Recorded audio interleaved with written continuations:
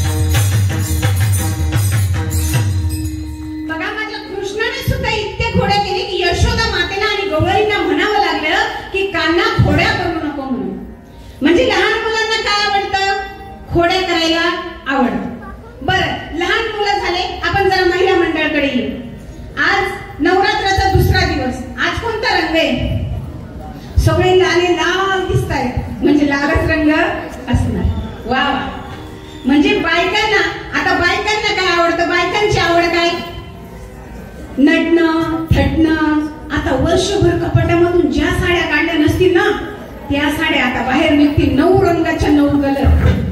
अहो नटलं पाहिजे, थटलं पाहिजे, सुंदर दिसलं पाहिजे. काय वाटतं तुम्हाला, नटलं पाहिजे की नाही?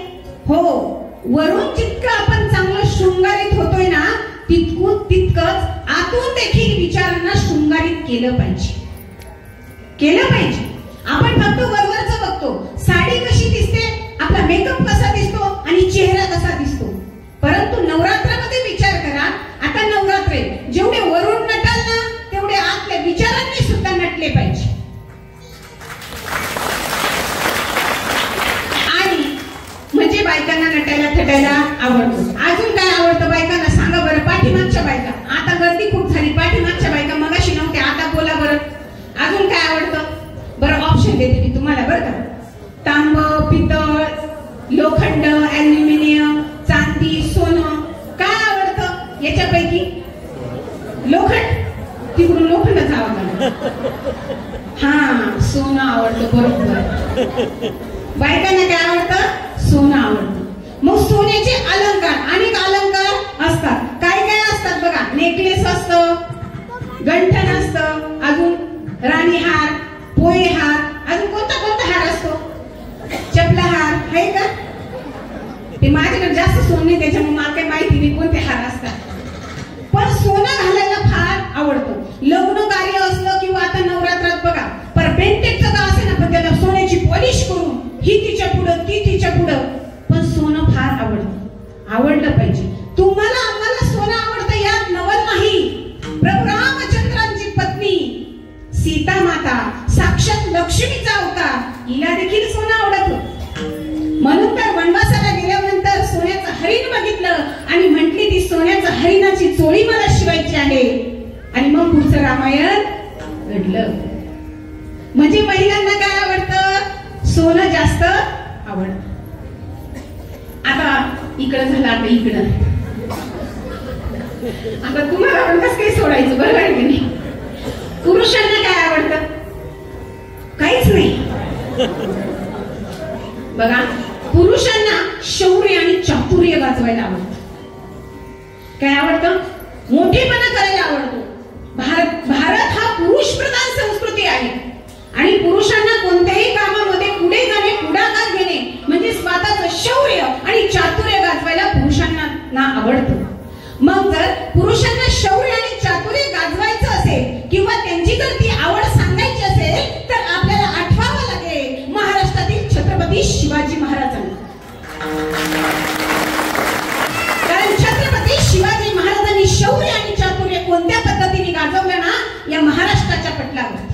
कारण सांगून जाईल, घरातील माय, गोठ्यातील गाय, घरासमोरील तुळस, मंदिरावरती कळस, महिलांच्या नाकामध्ये नथ आणि पुरुषांच्या ओठावरती मिशी जर कोणामुळे जिवंत असेल तर फक्त माझ्या छत्रपती शिवाजी महाराजांना.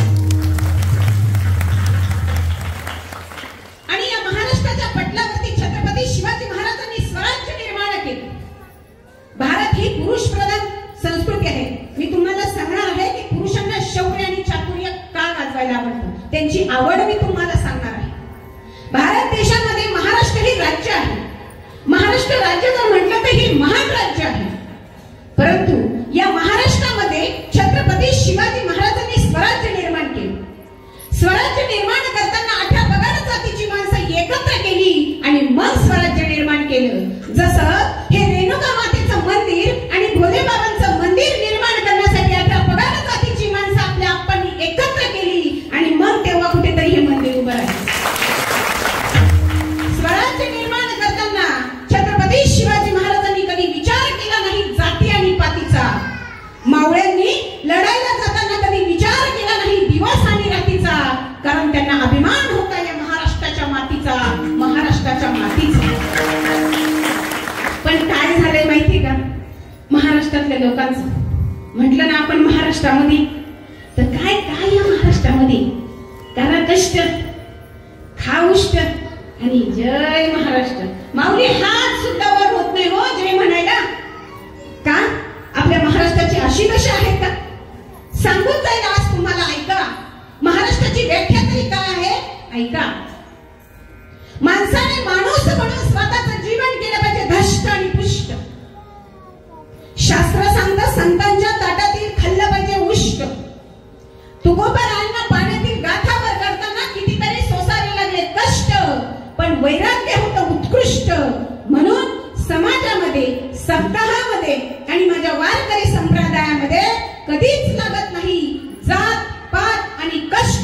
म्हणून या राज्याचं नाव आहे महाराष्ट्र. महाराष्ट्र.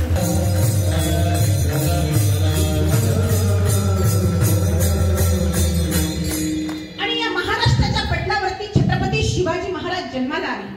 खरं तर सांगून जाईल कशा प्रकारे शौर्य गाजवलं आणि चातुर्य गाजवलं ऐका. या महाराष्ट्राच्या मातीवरती एका मागून एक संकट येत होती, एका मागून एक संकट येत होती. खरं तर आपल्या वाघनख्यांचा वापर छत्रपती शिवाजी महाराजांनी केला. शस्त्रगारामध्ये इथून मागे वाघनखे नव्हतीच आणि ती वाघनखे वापरून बलात्या अशा अफजल खानाला टराटरा फाडलं, त्याचा कोथळा बाहेर पडला आणि त्याला ठार मारलं. आता एवढं मोठं संकट छत्रपती शिवाजी महाराजांनी बाजूला सारलं, परंतु पुन्हा लाखोंचं सैन्य महाराष्ट्रावरती चालून आलं. आता करायचं काय? सैन्याचं सगळं थकलेलं आहे. आता काय करायचं, काय करायचं?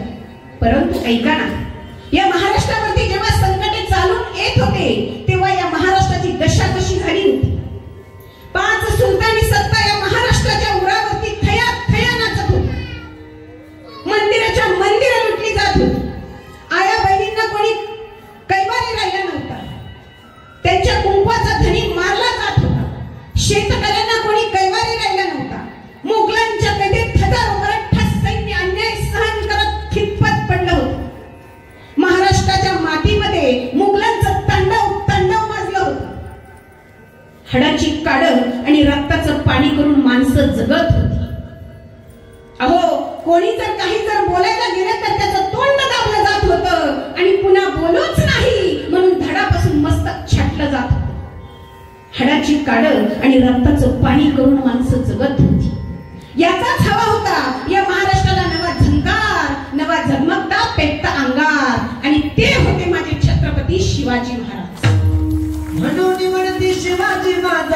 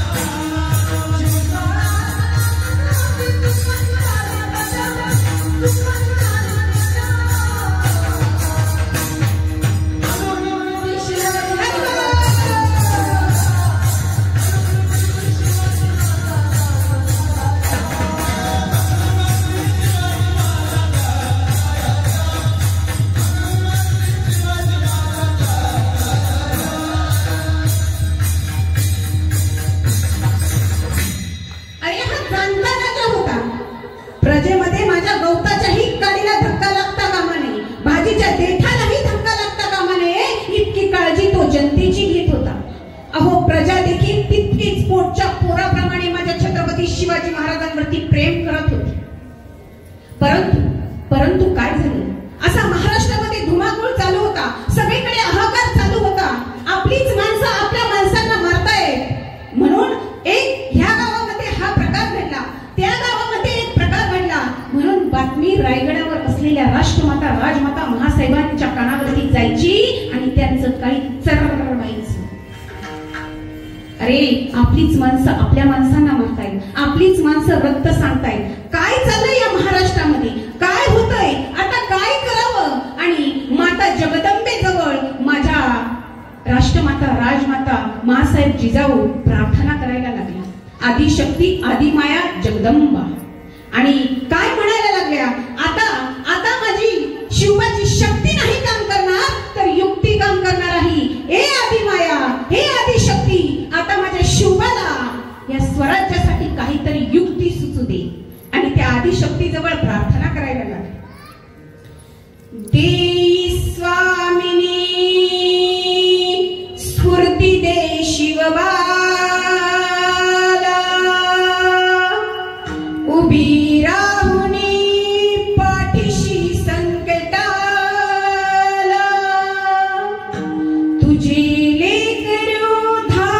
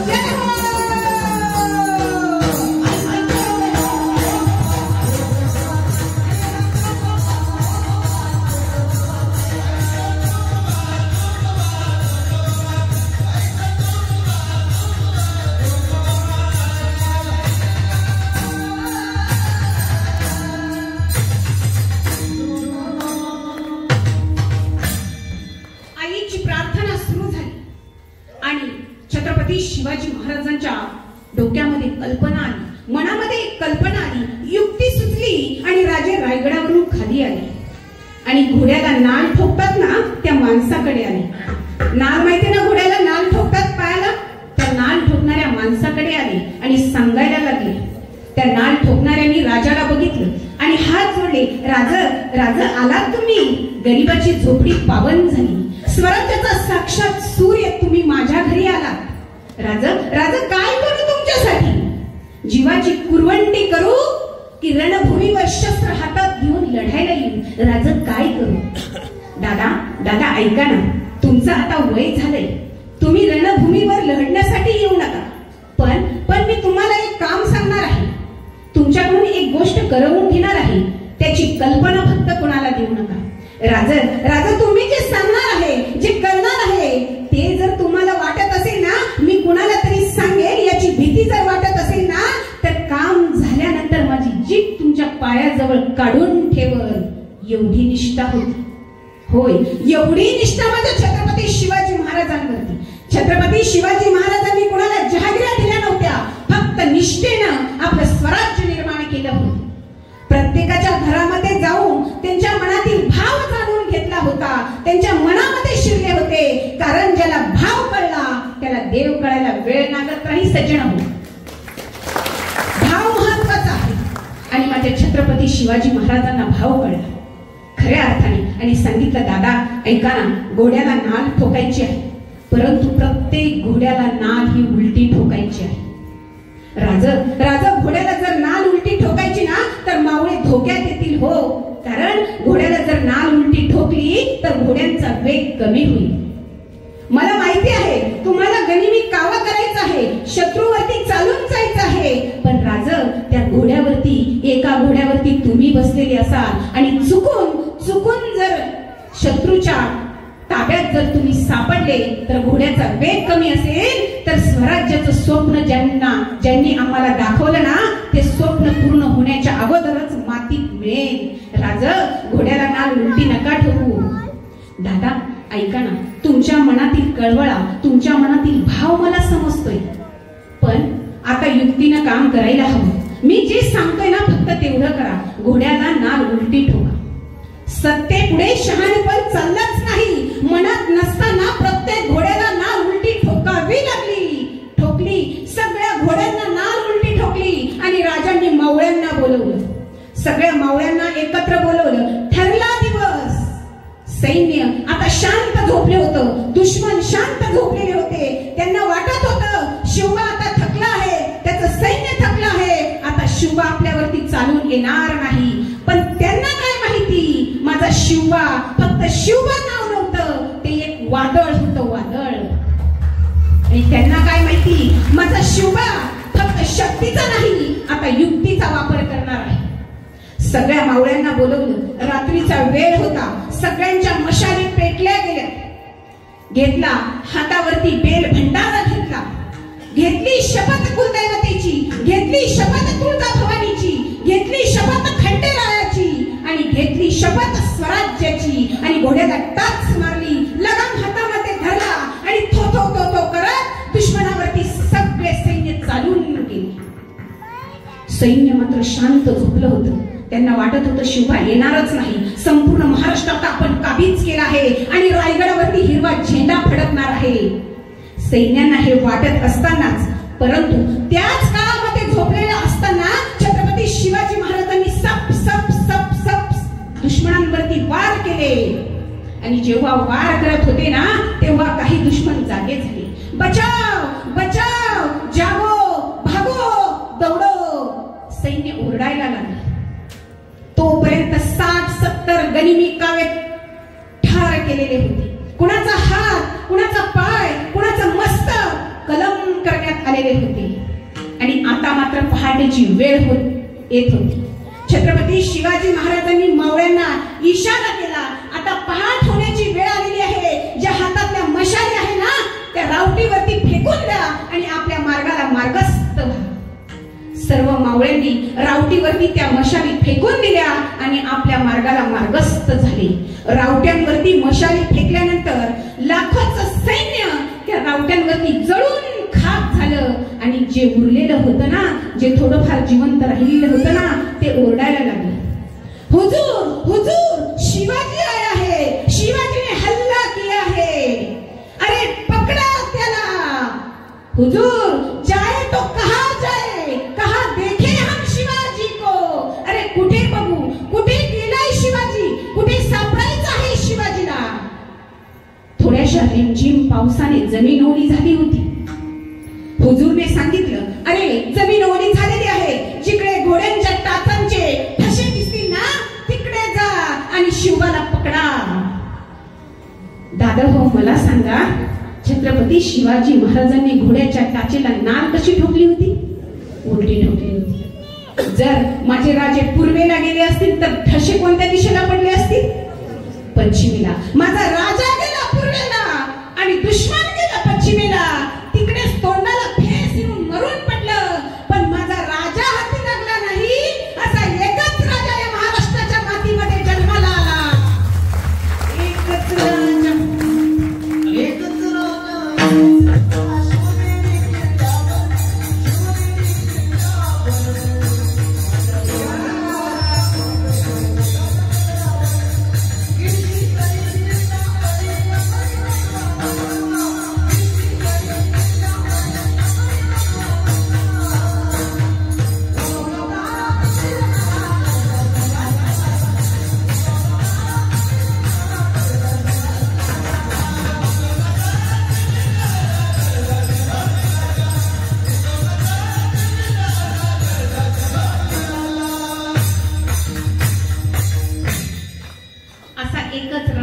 या महाराष्ट्रावरती जन्माला आला. आणि ज्या महाराष्ट्रात जन्माला आला ना, त्या छत्रपती शिवाजी महाराजांमुळे आपल्याला अधिकार मिळालाय की आपले दोन्ही हात उंच करण्याचा. म्हणून मी सांगेन, इथे बसलेल्या प्रत्येकाने आपले हात उंच करायचे आहेत. प्रत्येकाने हाताच्या मुठी अशा कडक करा आणि हात उंच करायचे आहेत. ज्या राजामुळे आपल्याला हात उंच करण्याची संधी मिळाली आहे, अधिकार मिळालेला आहे, सगळ्यांनी हात वरती करा आणि मोठे जय जयकार करायचा आहे. पौड प्रताप पुरंदर महापराक्रमी रणधुरंदर क्षत्रिय कुलावतंस सिंहासनाधीश्वर महाराजाधिराज महाराज श्रीमंत श्री श्री श्री छत्रपती शिवाजी महाराज की, छत्रपती संभाजी महाराज की, राष्ट्रमाता राजमाता महासाहेब जिजाऊ की, भारत माता की, रेणुका माता की.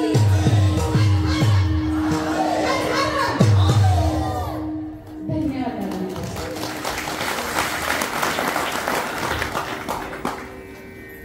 हे शौर्य माझ्या छत्रपती शिवाजी महाराजांनी गाजवलं, चातुर्य शिवाजी महाराजांनी गाजवलं. नाहीतर आजकाल कलियुगामध्ये कसं होतंय ऐका ना, एखादा चौकीत उभा राहतो आणि सांगतो फाडून टाकीन, कापून टाकीन, आणि घरात आल्यावर म्याव. पण माझ्या छत्रपती शिवाजी महाराजांनी तसं केलं नाही. दुश्मनाच्या जागेवर जाऊन त्याचा खात्मा पाडला. याला म्हणतात शौर्य आणि चातुर्य. जे आपल्या डोक्यात नाही हो, ते चातुर्य डोक्यात आणि मनात केव्हाच कल्पना पुढे नेल्या, ते म्हणजे चातुर्य. म्हणून पुरुषांना चातुर्य आणि शौर्याने चातुर्य आणि शौर्य गाजवायला आवडतं. पण सांगून जाईल, इथे गर्दी तर आहे, पण दर्दी जास्त लोक आहेत. इथे बसलेल्या प्रत्येक पुरुषाला माझं म्हणणं आहे, पुरुषार्थ गाजवता आला पाहिजे. पुरुषार्थ आपल्या बायकोवरती, आपल्या मुलांवरती अधिकार गाजवता आला पाहिजे. नाहीतर काय, काही झालं, भांडण बिंडण झालं तर काय, मरू गीत, फाशी गीत, चालू बॅगावरून बाहेर घराच्या. म्हणजे काय, लोकांचं बायकांचं उद्या सुरू, माणसंही तशीच करताय नाही. हा, मान हल्ली त्या म्हणजे करताय. आता इथून पुढे बायकांनी भांडण झाल्यावरती कधीच बेगावरून घराच्या बाहेर जायचं नाही, आपलं घर कधी सोडायचं नाही. आणि पुरुषांनी ऐका, आपल्या आईच्या औषधाचे पान आणि आपल्या बापाच्या घामाच्या थेंबाची उतराई होईपर्यंत ना मरणाचं नाव सुद्धा घ्यायचं नाही.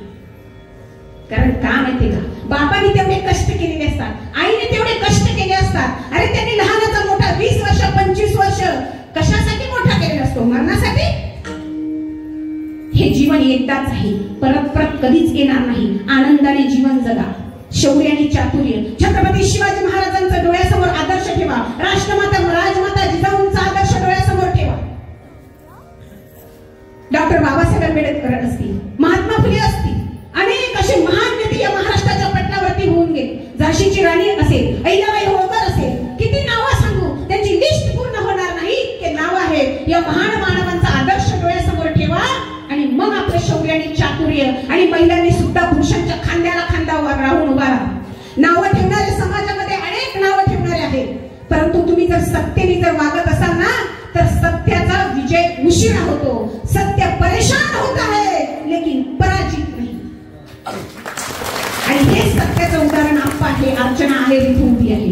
कारण सत्याच्या मार्गाने जर जात असाल, तुम्ही जर प्रामाणिकपणे काम करत असाल ना तर कुणाच्या दरबारात न्याय नसेल, पण त्या भगवंताच्या दरबारात न्याय असतो. तो आपल्याला कधी काय देऊन टाकल ना सांगता येत नाही, कधीच सांगता येत नाही. सगळं देण्यास त्याच्या हातात आहे. म्हणून पुरुषांना शौर्य आणि चातुर्य गाजवायला आवडतं. मग माझ्या संतांना काय आवडतं बघा. पहिली आवड मी जीवाची सांगितली, दुसऱ्या आवडीकडे जाऊ. माझ्या संतांना काय आवडतं? माझ्या जीवीची आवड.